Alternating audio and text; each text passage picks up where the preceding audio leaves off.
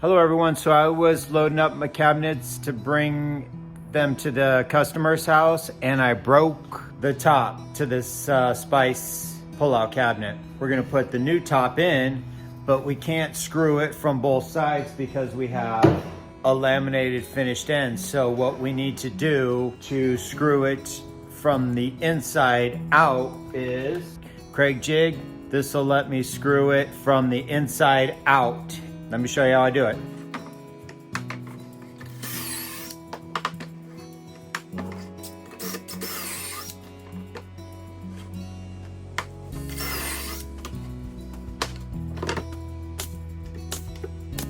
When screwing them together to clamp both pieces together.